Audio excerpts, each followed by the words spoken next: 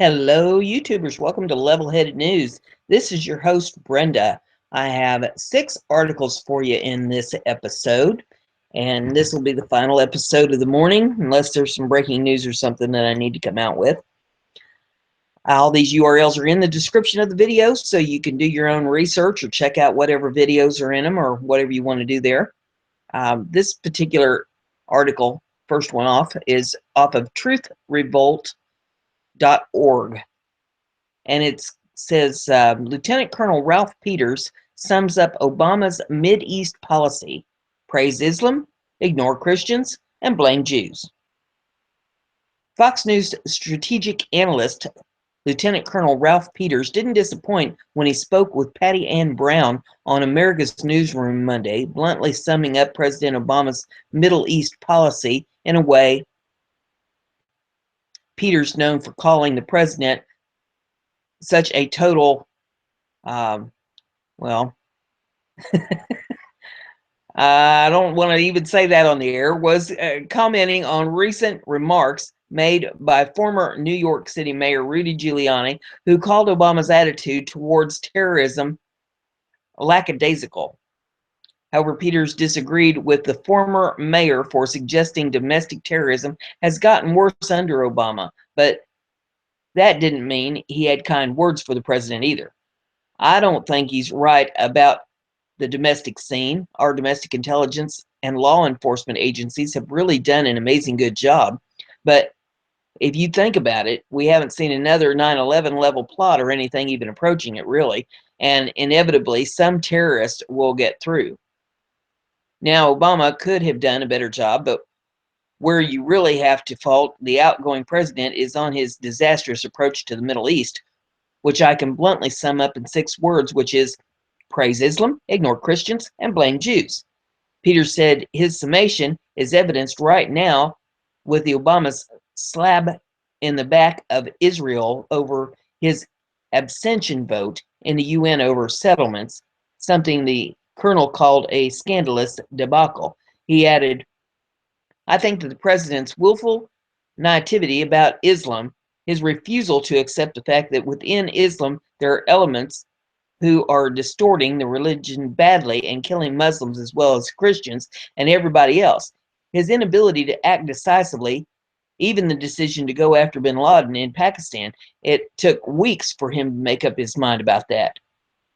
Peters says it was Obama's childhood years in Indonesia, being brought up in Islam, that romanticized the religion for him and eventually created the indecisiveness he's exhibited as president that ended up creating the power vacuum in the Middle East. He's Hamlet, Peters continued. He's always been, to be or not to be, wringing his hands, can't make up his mind, and the result again is Syria alone and 500,000 dead. And they have the interview here in this article if you want to pull that up and take a look at it. The next one we have is off of Truth Uncensored, and it says, German girl warns Americans refugees will not integrate. We fear for our lives. And there is a video in this as well. And this one says, 16-year-old Bibi Wilhelm from Germany made a video of her traumatic experiences with Arab and Muslim migrants that Angela Merkel has allowed to overrun her country. She posted the video to her Facebook page, and the video quickly went viral. The video, Bibi says that she and her friends used to live happy, normal lives in Germany, but now they live in fear of being attacked, raped, or killed by Muslim and Arab migrants brought into their country by thousands of brought in by the thousands by Chancellor Angela Merkel. Her message to Americans should be taken very seriously. What's happening in Germany and other parts of Europe is proof that many of them will not adapt to our way of life. Breitbart reported Bibi's story where she pleaded in her video, please help us. It's very hard to live day to day as a woman, says 16-year-old Bibi, a German girl who had uploaded her personal experiences of Arab and Muslim migrants that some claim is being censored by Facebook under its new hate speech guidelines. The 20-minute video was created by a 16-year-old Facebook user and starts with her saying that she is so scared everywhere. For example, if my family and I go out together, or if I see a movie with my friends, usually I stay out until 6 p.m. in the winter, and it's so scary, and it's just very hard to live day to day as a woman. The girl, who some social media users report has now been banned from Facebook, though others say she has removed herself possibly out of fear of retribution, then goes on to talk about an incident that happened to her at a local supermarket, saying, "I ran all the way home. I was frightened for my life. There's no other way to describe it." Experience over the summer when a group of Muslims said that her and her friends were sluts for walking outside in t-shirts. "Yes, we were wearing t-shirts. It's summer," she adds. "Another day, I was wearing the outfit in the video. My friends and I purchased it while shopping. If we feel like wearing it, we wear it. And you Muslims have no right to physically assault or rape us for it. God willing, never in my life have you have no right to attack us because we are wearing t-shirts. You also have no right to rape." She then turns toward what she sees on social media, describing how she has seen a 17-year-old attacked, a 15-year-old attacked, two 12-year-olds attacked, so many, and questions, why should we children have to grow up in such fear? I cannot understand why they do this, but more importantly, I cannot understand why Germany is doing nothing. Why is Germany standing by watching and then doing nothing? Please explain why. When men of Germany, these people are killing our children, they are killing your women. We need your protection. She goes on to say, adding, the politicians live alone in their villas, drink their cocktails, and do nothing. They do nothing. I do not know what in the world they live in, but please, people, please help us. Please do something. Continuing, she tells of her own personal experiences with Arab and Muslim migrants, saying, "One day my friend and I were walking down the street, and a group of Arabs were protesting and demonstrating. They shouted, 'Allah, Allah, Allah is the one God. Kill those infidels. Allah, Allah.' What should I do? Should I wear a burqa? Why should I have to convert to Islam? It's fine if you believe in Allah, but why do you want to make everyone else believe in Allah too? I just think it would be better if there was no religion. Stop trying to make everyone else believe in your God when they don't want to." Her experiences, the police are no help. She alleges they say it's a problem and they ignore it. It is unfair. They laugh at us. They say we're dumb and that they don't care about our fears. This description matches many other causes where police have been afraid to be labeled as racist for taking a hard line on migrant crime, and even victims of migrant crime have been accused of racism for speaking up.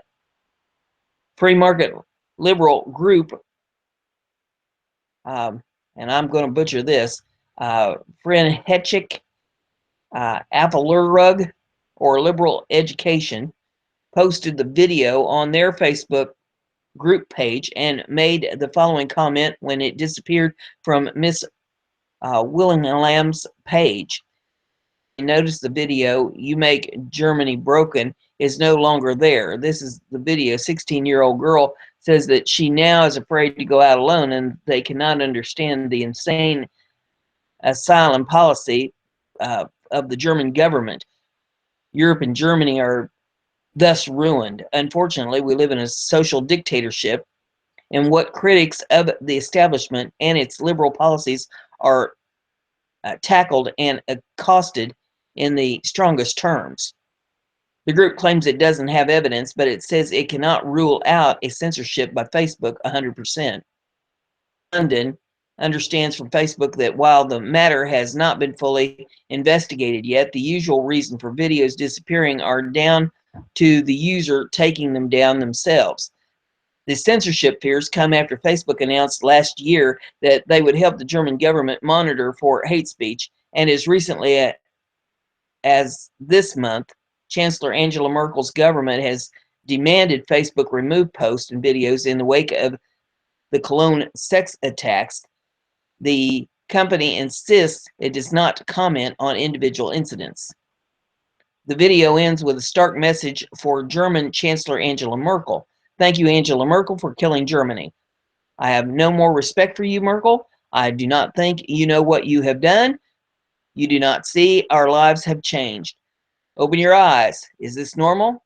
Should I, a 16-year-old who is almost 17, be so scared to walk outside my house? No, it's not normal. You have killed Germany. She closes with, German men, please help your women, help your children. I'm so scared. My friends have the same fears. We are shocked that this has happened. I hope this video can convince you that these terrible events can stop.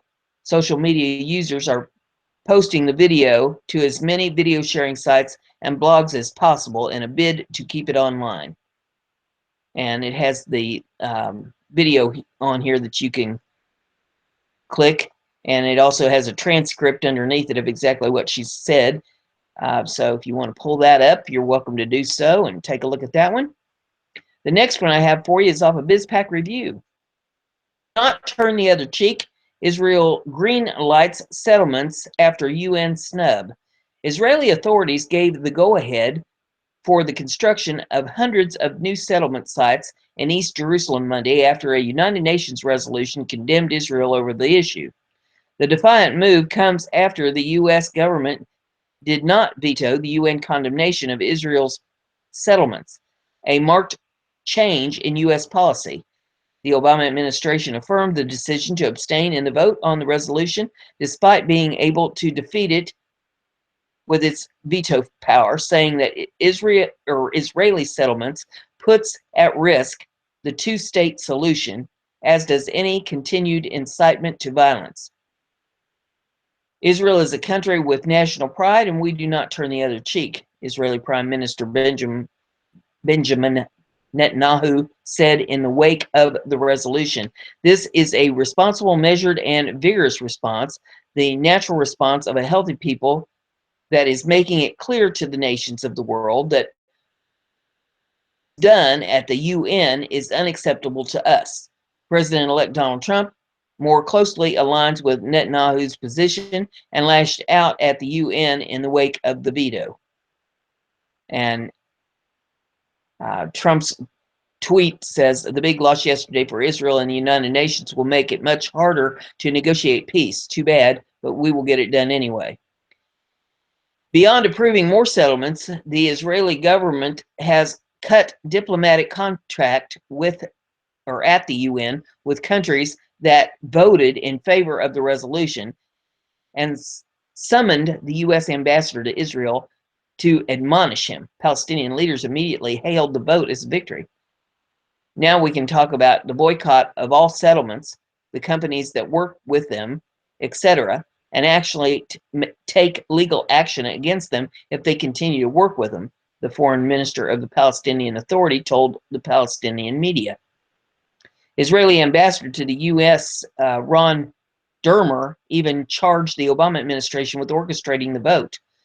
The United States was actually behind that gang-up. Dermer told CNN on Sunday. He continued that the evidence of the Obama administration's role would be presented to the Trump administration in due time.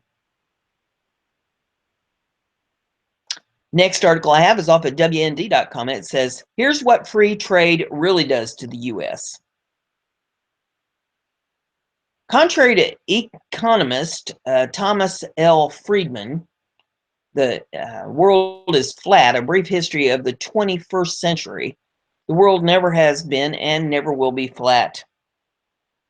Author and fund manager at Janus Capital, Bill Gross, says that Brexit marks the end of globalization as we know it. If he's right, that's a good thing. A strong wake-up call to Thomas Friedman and his ardent free trade supporters who are flattists and resist those who question their orthodox. A July edition of Bloomberg's Business Week says Bill Gross is right about the end of globalization in the sense many Americans have been predicting the same thing for years. After all, the United States ushered in globalization on the thinking that trade interdependence would result in greater peace and partnership among nations, giving us greater influence around the world.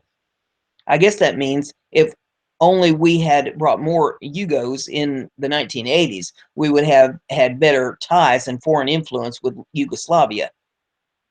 I doubt it.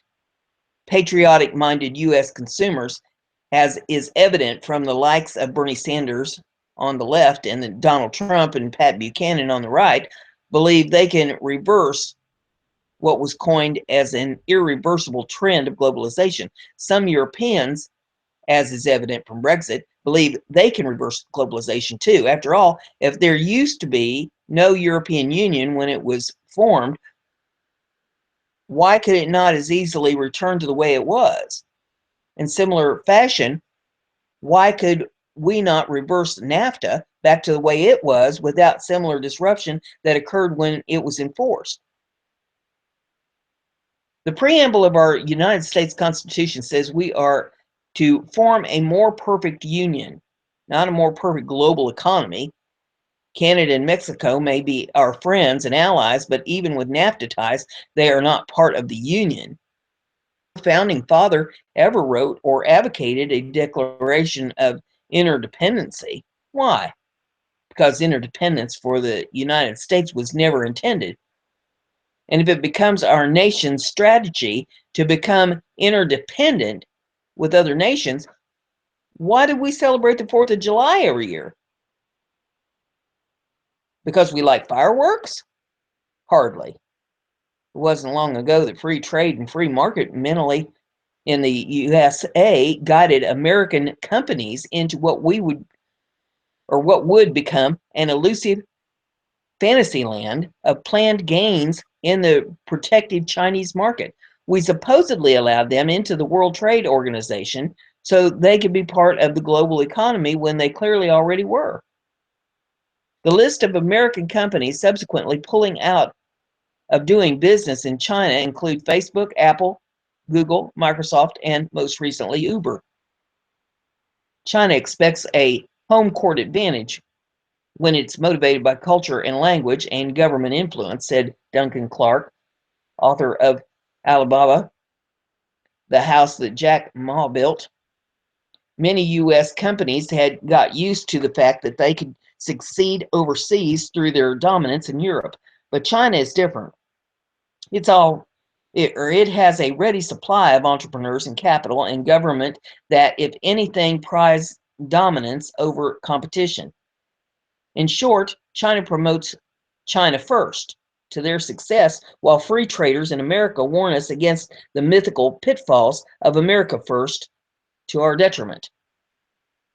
We've been giving China a pass in their protectionism for years, watching how Chinese growth eclipses us while they accuse us of the same economic domestic strategies for us as counter to America's growth. China's GDP routinely grows in double digits while ours languishes between 2 and 3% at best. In contrast to our economy from 1946 to 1973, 1973 being the year many economists agree that we switched from a closed economy to an open economy, our gross domestic product grew by an average of 3.8%. Back then, we didn't celebrate cheap imports made in foreign countries. We celebrated economic growth at home and a 74% surge of median household income. Since 1973, however, we have experienced stagnant wages while household income increased only 10% or 0.2% annually. Compare that to the median income growth of 2.1% per year from 1946 to 1973. One can argue that we don't want to necessarily return to the times of the 1950s, but the economy sure looked a heck of a lot better than it did before the bargain shopper fascination of Walmart and cheap imports from China, which was designed to help American consumers save money and bolster household income. Perhaps President Warren Harding, who admittedly wasn't our most celebrated president, said it best. One who values American prosperity and American standards of wages and living can have no sympathy with the proposal that easy entry and a flood of imports will cheapen our cost of living. It's more likely to destroy our capacity to buy. Free trade has indeed destroyed our capacity to buy. If free trade does in fact lower prices for American consumers, the only way this can be beneficial to American consumers is if those same prices can fall faster than wages in the wake of increased lower wage competition from third world countries. But it obviously does not. Today we have easy access to cheap imports, but we have also destroyed our capacity to buy them due to free trade and corresponding slow growth policies. Any economist will tell you, even the most ardent free traders, that persistent trade deficits like those we have experienced since the 1970s, when we actually had a trade surplus, subtract from economic growth. The answer to these current economic problems is found in our U.S. Constitution, which says Congress has the power to regulate commerce with foreign nations and among the several states and with the Indian tribes. For American consumers, the other answer is right in our backyard. The answer is to buy American. As President William McKinley once said, I do not prize the word cheap. It is not a badge of honor. It's a symbol of despair. Cheap prices make for cheap goods. Cheap goods make for cheap men. And cheap men make for a cheap country. I have for you is off of phys.org. And this is a medical article, and it says the Wolverine-inspired material. Self-healing, transparent, highly stretchable material can be electrically activated. Scientists, include several from the University of California, Riverside, have developed a transparent, self-healing, highly stretchable, conductive material that can be electrically activated to power artificial muscles and could be used to improve batteries, electronic devices, and robots. The findings, which were published today in the Journal of Advanced Material, represent the first time scientists have created an ionic conductor, meaning materials that have ions that ions can flow through. It's transparent, mechanically stretchable, and self-healing. The material has potential applications in a wide range of fields. It could give robots the ability to self-heal after mechanical failure, extend the lifetime of lithium-ion batteries used in electronics and electric cars, and improve biosensors used in medical field and environmental monitoring. Creating a material with all these properties has been a puzzle for years, said Chao Wang, an adjunct assistant professor of chemistry who is one of the authors of the paper. He says, we did that and now are just beginning to explore the applications. The project brings together the research areas of self-healing materials and ionic conductors.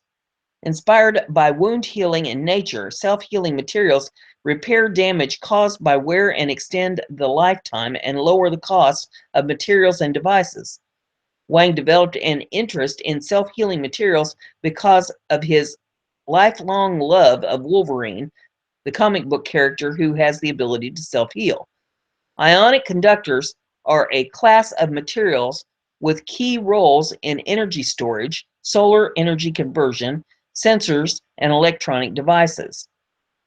Another author of the paper, Christoph Keplinger, an assistant professor at the University of Colorado, Boulder, previously demonstrated that stretchable, transparent ionic conductors can be used to power artificial muscles and to create transparent loudspeakers, devices that feature several of the key properties of the new material: transparency, high stretchability, and ionic conductivity.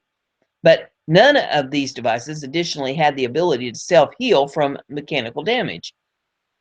The key difficulty is the identification of bonds that are stable and reversible under the electrochemical conditions. Conventionally, self-healing polymers make use of non-covalent bonds, which create a problem because those bonds are affected by electrochemical reactions that degrade the performance of the materials. Wang helped solve that problem by using a mechanism called ion dipole interaction, which are forces between charged ions and polar molecules that are highly stable under electrochemical conditions. He combined a polar stretchable polymer with a mobile high ionic strength salt to create the material with the properties the researchers were seeking. The low-cost, easy-to-produce, soft rubber-like material can stretch 50 times its original length. After being cut, it can completely reattach or heal in 24 hours at room temperature. In fact, only after 5 minutes of healing, the material can be stretched 2 times its original length. Timothy Morrissey and Eric Ekholm, two graduate students working with Keplinger, demonstrated that the material could be used to power a so-called artificial muscle, also called dielectric elastometer actuator. Artificial muscle is a generic term used for materials or devices that can reversibly contract, expand, or rotate due to an external stimulus such as voltage, current, pressure, or temperature. The dielectric elastometer actuator is actually 3 individual pieces of polymer that are stacked together. The top and bottom layers are the new material developed at the UC Riverside, which is able to conduct electricity and is self-healable, and the middle layer is a transparent, non-conductive rubber-like membrane. The researchers used electrical signals to get the artificial muscle to move. So, like how a human's muscle, such as a bicep, moves when the brain sends a signal to the arm, the artificial muscle also reacts when it receives a signal. Most importantly, the researchers were able to demonstrate that the ability of the new material to self-heal can be used to mimic a preeminent survival feature of nature, wound healing. After parts of the artificial muscle were cut into 2 separate pieces, the material healed without relying on external stimuli, and the artificial muscle returned to the same level of performance as before being cut. The paper is called a transparent, self-healing, highly stretchable ionic conductor. And there's video in this if you want to pull it up and take a look at how that works. Interesting. And the final article I have for you, this is your feel good. I always like to throw a feel good in once in a while. We cover so much derogatory and negative news. It's always good to hear some good news once in a while. This is off of the Conservative Tribune, and it says, co-worker chips in to buy refinery security guard a vehicle for Christmas. This one worker who knows he's appreciated. A Texas oil refinery security guard named Adrian Alcorn has amazed his co-workers for months now by bicycling to work every day, no matter what the weather or the hazards from highway traffic, because a bicycle was the only means of transportation he could afford after his car quit on him. The road was dangerous, especially since Alcorn often rode to work in the dark because of his job's hours. He duct taped a flashlight to the handlebars both to see and be seen by the tanker truck traffic surrounding Valero, Texas City refinery. Last week, just a few days before Christmas, Alcorn's co-workers got a chance to amaze him in return by surprising the humble man with a gift of a car they purchased by collecting among themselves to make his Christmas a special one, according to KTRK in Houston. The original idea was to get Alcorn's car repaired. Co-worker Chris Lenoramond, I guess it is, told the station, but it soon grew to include a whole new vehicle. We thought we could fix his car, or we could give him the cash to do it, he said, and then we thought, why not just get him something newer and dependable? And there is video in this if you want to pull it up to take a look at it. I think it's going to try to play here, and I'm going to try to get it stopped. There we go.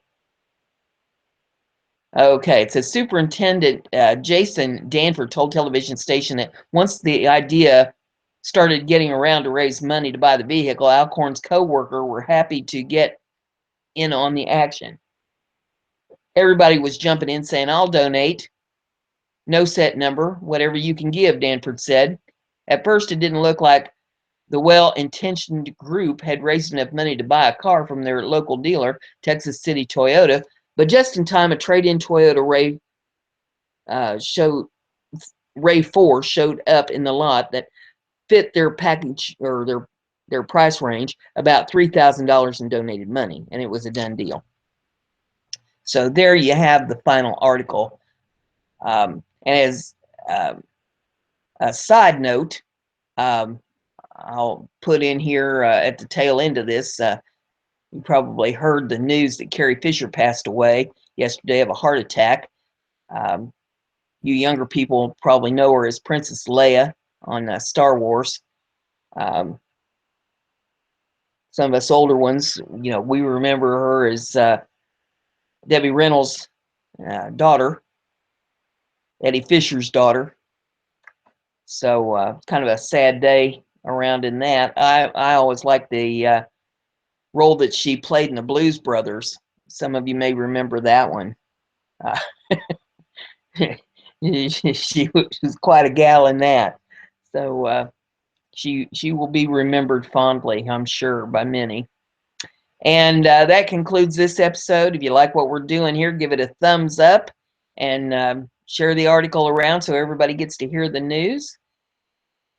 If you haven't subscribed, subscribe and click that little bell on the subscription thing so that you get the email messages every time I put out a show and you don't miss any good news here. We'll see you next time.